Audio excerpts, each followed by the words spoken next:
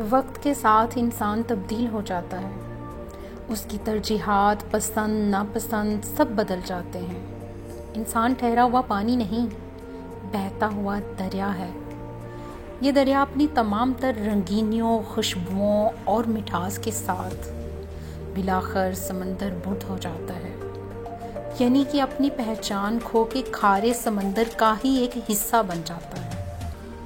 साथ चलने वाले आज के हलीफ कल के हरीफ साबित हो सकते हैं। बात जिद अनाद की नहीं, बात मुफादात व तरजीहात की है। गलत फरीकैन में से कोई भी नहीं होता, अलबत्ता नज़रियात का फ़र्क रास्ते जुदा कर देता है।